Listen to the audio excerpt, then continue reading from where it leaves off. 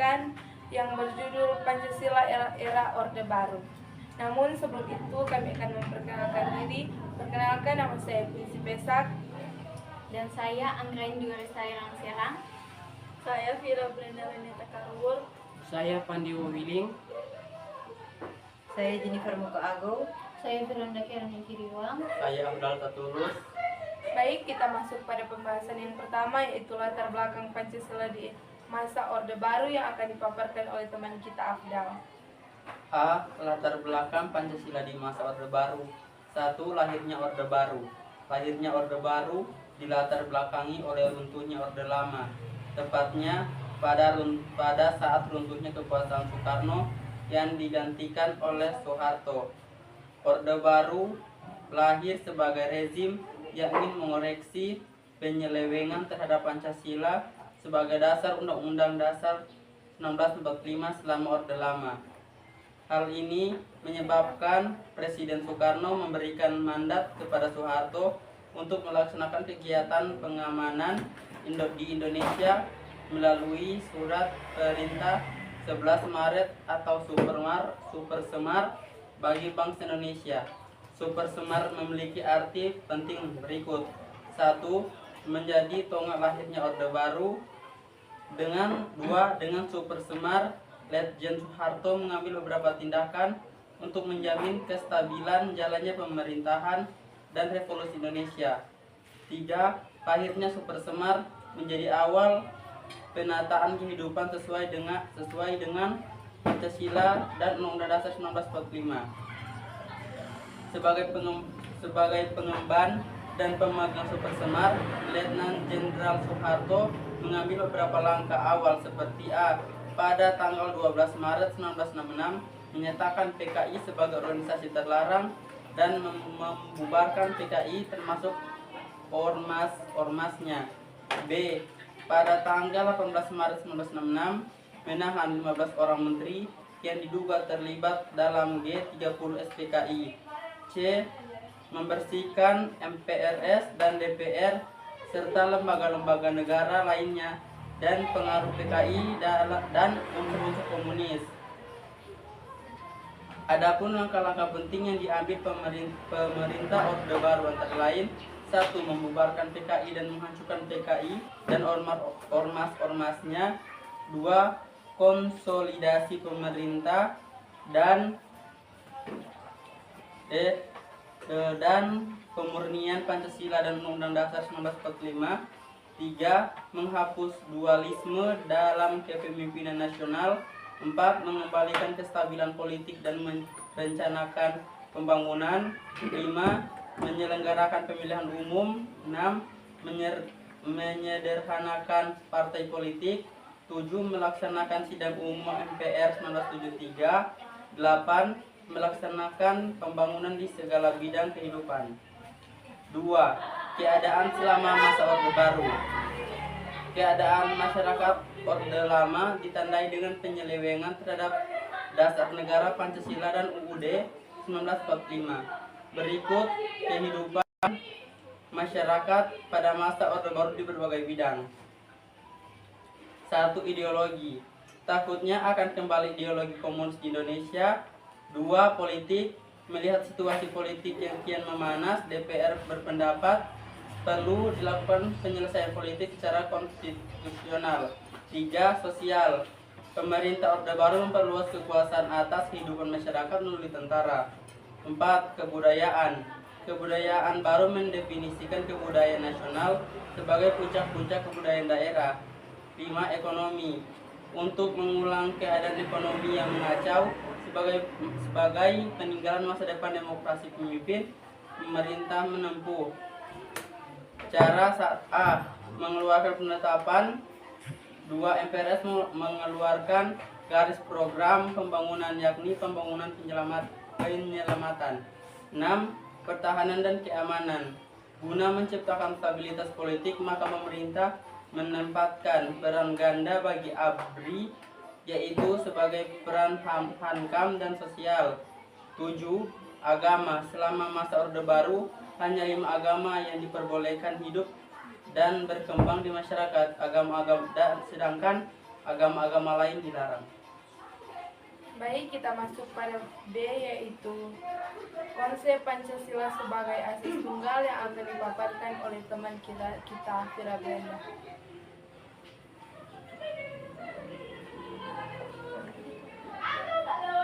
B. Konsep Pancasila sebagai asas tunggal. Pancasila digunakan sebagai asas tunggal bagi organisasi masyarakat maupun organisasi politik. Karena Orde Baru tidak mengambil pelajaran dari pengalaman sejarah pemerintah sebelumnya, akhirnya kekuasaan otoritarian Orde Baru pada akhir 1998 runtuh oleh kekuatan masyarakat. Hal itu memberikan peluang bagi bangsa Indonesia untuk membenahi dirinya, terutama bagaimana belajar lagi dari sejarah agar Pancasila sebagai ideologi dan falsafah negara benar-benar diwujudkan secara nyata dalam kehidupan sehari-hari. Kita masuk pada C, pedoman penghayatan dan pengamalan Pancasila atau P4 akan dipaparkan oleh teman kita Kirin. Pedoman penghayatan dan pengamalan Pancasila atau P4. Pada masa Orde Baru, Pancasila tidak hanya diposisikan sebagai dasar filosofis negara, tetapi juga dialihfungsikan menjadi instrumen doktrin, kebijakan sentral untuk menopang kekuasaan dan melanggengkan pemerintahan. Dalam kerangka inilah, pedoman penghayatan dan pengamalan Pancasila atau P4 atau Eka Prasetya Pancakarsa lahir. Dalam pembahasan ini, membedah P4 bukan sebagai program pendidikan nilai yang tulus, melainkan sebagai sebuah proyek ideologi negara yang dijalankan secara sistematis dan represif. Tujuannya adalah untuk membentuk subjek warga negara yang patuh, yang kesadarannya telah disesuaikan dengan konsepsi politik Orde Baru, sehingga secara sukarela mendukung agenda pembangunan rezim. Latar belakang lahirnya P4 tidak dapat dipisahkan dari strategi Orde Baru dalam mengonsolidasikan kekuasaan. Rezim ini memandang stabilitas nasional sebagai prasyarat mutlak untuk mencapai target pertumbuhan ekonomi yang tinggi, sebagaimana tercantum dalam trilogi pembangunan. Untuk menjamin stabilitas ini diperlukan sebuah mekanisme kontrol sosial yang mampu menyeragamkan pemahaman dan meminimalisir potensi gejolak. Pancasila yang telah melalui proses sakralisasi dijadikan mantra pembangunan. Artinya, nilai-nilai luhur Pancasila ditafsirkan secara tunggal oleh negara untuk melegitimasi kebijakan-kebijakannya, terutama yang berorientasi pada pembangunan ekonomi. Secara formal, program P4 disahkan melalui ketetapan MPR nomor 2/MPR/1978 dan pelaksanaannya dikoordinasikan oleh sebuah badan khusus bernama Badan Pembinaan Pendidikan Pelaksanaan Pedoman Penghayatan dan Pengamalan Pancasila atau BP7. Program ini diwajibkan bagi berbagai komponen masyarakat yang dianggap strategis seperti aparatur negara atau pegawai negeri sipil, personel militer, kaum intelektual, hingga pelajar dan mahasiswa. Pemilihan target ini bukanlah tanpa alasan. Kelompok-kelompok ini dipandang sebagai agen sosialisasi yang efektif untuk menyebarluaskan ideologi negara ke seluruh lapisan masyarakat. Hingga Maret 1983 tercatat sekitar 1,8 juta pegawai negeri sipil dan 150.000 personel militer telah mengikuti kursus P4, menunjukkan masifnya skala indoktrinisasi. Tujuan resmi P4 adalah membentuk manusia Indonesia seutuhnya atau manusia Pancasilais. Dalam definisi Orde Baru, manusia Pancasilais adalah individu yang memahami, menghayati, dan mengamalkan nilai-nilai Pancasila yang pada praktiknya diterjemahkan sebagai kesediaan untuk berpartisipasi aktif dalam pembangunan nasional. Dengan demikian, P4 menjadi jembatan ideologis yang menghubungkan kewajiban ideologis warga negara dengan agenda ekonomi pemerintahan, khususnya rencana pembangunan 5 tahun atau Repelita. P4 adalah instrumen utama dalam praktik hegemoni Orde Baru yang beroperasi melalui berbagai ranah untuk mengukuhkan relasi kuasa negara atas warganya. Berikut adalah manifestasi hegemoni dari P4. Yang pertama ada demokrasi Pancasila sebagai fasad politik, yang kedua ada politik toleransi dan hegemoni budaya. Yang ketiga ada P4 sebagai motor penggerak pembangunan ekonomi.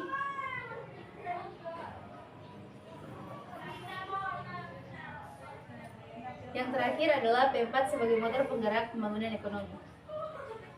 Kita masuk pada D, Pancasila dalam sistem politik dan demokrasi Pancasila. Akan dipaparkan oleh teman kita Jennifer. Pancasila dalam sistem politik dan demokrasi Pancasila. Kekuasaan politik Orde Baru yang bercorak otoriter setidaknya berakar dari 5 sumber utama, yaitu represi kekuatan material yang terkonsentrasi, wacana politik partikularistik, subordinasi bisnis terhadap negara, dan pengendalian birokrasi sipil dan militer. Studi kasus yang diangkat adalah format sistem politik otoritarianisme Orde Baru. Analisis data dilakukan dengan pendekatan analisis deskriptif. Adapun teknik pengumpulan data dilakukan melalui studi pustaka dan dokumentasi teks-teks yang berkaitan dengan objek penelitian. Sumber utama kedua yang digunakan Orde Baru untuk membangun otoritarianisme politik adalah kekuasaan material yang terkonsentrasi atau disebut klientelisme ekonomi. Klientelisme ekonomi berhasil dilakukan karena melimpahnya sumber daya ekonomi dari hasil ekspor minyak dan hasil alam lainnya. Dengan sumber daya inilah Soeharto secara efektif mampu membeli dukungan dari elit politik dan masyarakat luas.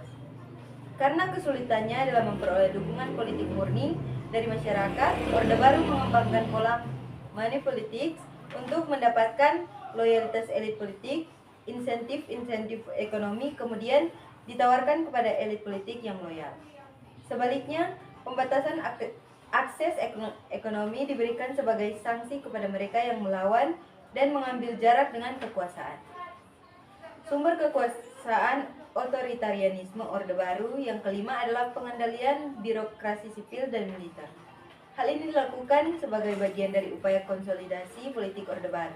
Sebagaimana diketahui, salah satu masalah pokok yang ada dalam sistem pemerintahan Orde Baru adalah bagaimana menata sistem politik yang handal untuk mendukung pembangunan ekonomi serta bidang-bidang lainnya. Meskipun awalnya pusat perhatian Orde Baru tertuju pada penanggulangan dan pembangunan ekonomi, tetapi hal lain yang sangat penting di samping pertahanan dan keamanan adalah penataan dan pembangunan politik. Dalam sistem pemerintahan negara-negara di dunia, terdapat dua jenis karakter sebuah rezim, yaitu negara yang stabil karena tertutup dan negara yang stabil karena terbuka. Idealnya, negara yang stabil karena terbuka lebih baik dibandingkan dengan negara yang stabil karena tertutup. Terdapat dua faktor penentu kualitas sebuah pemerintahan, yakni keterbukaan dan kestabilan. Keterbukaan mengukur sejauh mana sebuah negara selaras dengan arus-arus globalisasi yang saling silang serta seberapa jauh negara tersebut menjamin kebebasan warga negaranya dalam berekspresi dan memperoleh informasi. Sementara itu, kestabilan merujuk pada kemampuan negara bertahan dari guncangan dan kemampuannya untuk tidak membuat guncangan-guncangan. Baik, kita masuk pada E, yaitu Pancasila dalam kebijakan pembangunan ekonomi dan sosial. Akan dipaparkan oleh teman kita Fandi. E. Pancasila dalam kebijakan pembangunan ekonomi dan sosial.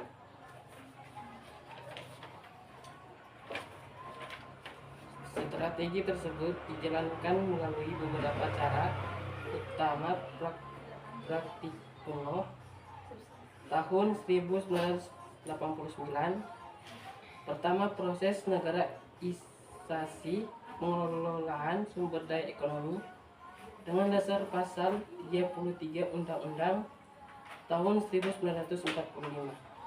Pemerintah dan elit penguasa berusaha secara ekstensif untuk memiliki sumber daya ekonomi tersebut, mengontrol penggunaannya secara ketat. Berikut ekonomi. Untuk menanggulangi keadaan ekonomi yang kacau sebagai peninggalan masa dengan demokrasi terpimpin, pemerintah menempuh cara A. Mengeluarkan ketetapan MPRS nomor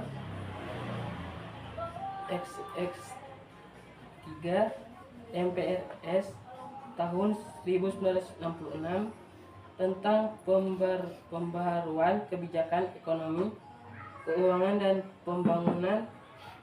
MPRS mengeluarkan garis program pembangunan, yakni program penyelamatan, program stabilitas dan reliabilitas, serta program pembangunan.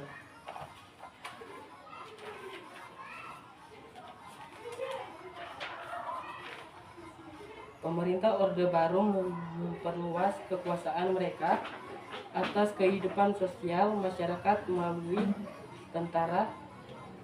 Orde Baru yang lebih mapan dalam membangun ideologisasi Pancasila untuk mengimplementasikan nilai-nilai program penetaraan P4, pedoman penghayatan dan pengelolaan Pancasila, penetapan undang-undang anti subversi, Undang-Undang Nomor 5 Tahun 1969 menjadi semacam legitimasi tindakan pemerintah atas nama negara untuk melindungi munculnya ideologi lain dan ancaman politik yang membahayakan Pancasila.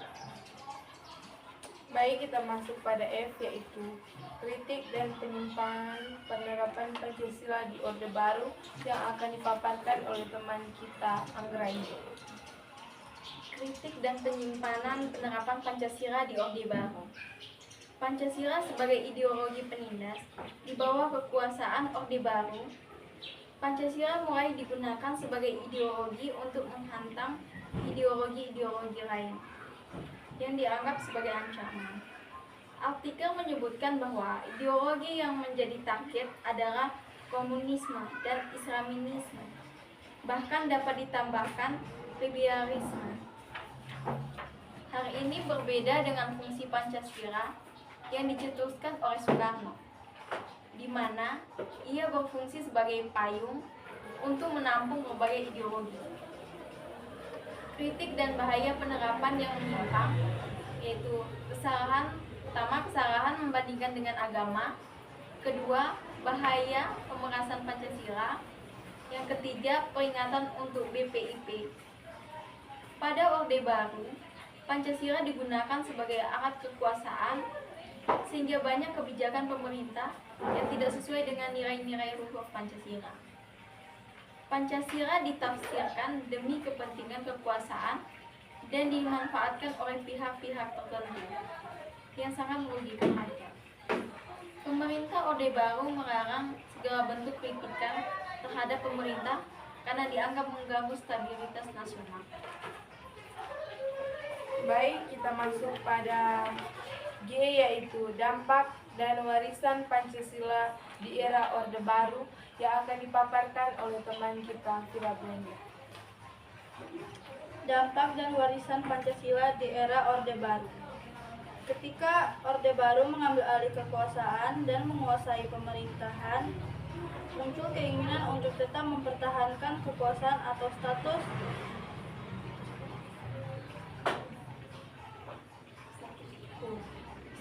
quo.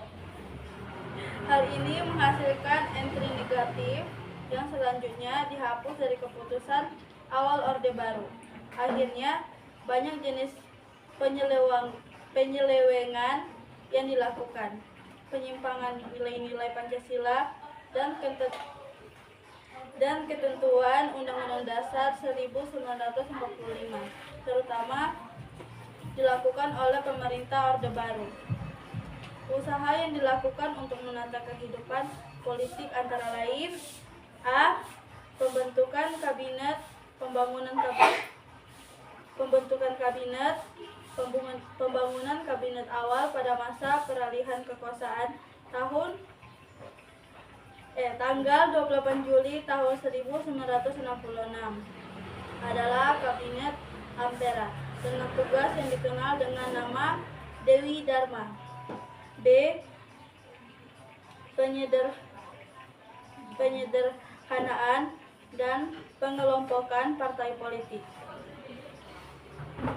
Tahun 1971, maka dilakukan penyederhanakan jumlah partai, tetapi bukan berarti menghapuskan partai tertentu, sehingga dilakukan penggabungan fusi sejumlah partai.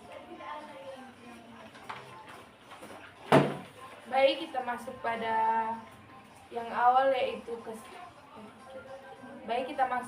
yang terakhir yaitu kesimpulan. Pada masa Orde Baru, Pancasila dijadikan sebagai dasar negara sekaligus alat legitimasi politik oleh pemerintah melalui konsep Pancasila sebagai asas tunggal dan program P4.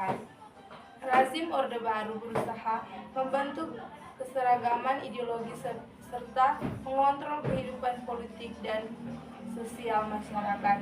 Pancasila ditetapkan sebagai pedoman dalam pembangunan ekonomi, politik, dan sosial. Namun dalam praktiknya sering terjadi penyimpangan Pancasila dimanipulasi untuk penyelenggaraan kekuasaan, membatasi kebebasan berpendapat serta menekankan oposisi politik. Dengan demikian, Pancasila di era Orde Baru memiliki dua sisi. Di satu sisi, mempertegaskan identitas bangsa dan menjadi dasar pembangunan. Namun di sisi lain, penerapannya cenderung represif dan menyimpan dari nilai luhur yang sebenarnya. Hal ini memberi pelajaran penting bahwa Pancasila harus dipahami secara murni dan konsisten, bukan dijadikan alat kepentingan politik agar tetap menjadi ideologi pemersatu bangsa. Sekian presentasi dari kami. Jika ada kesalahan, kami mohon maaf. Terima kasih.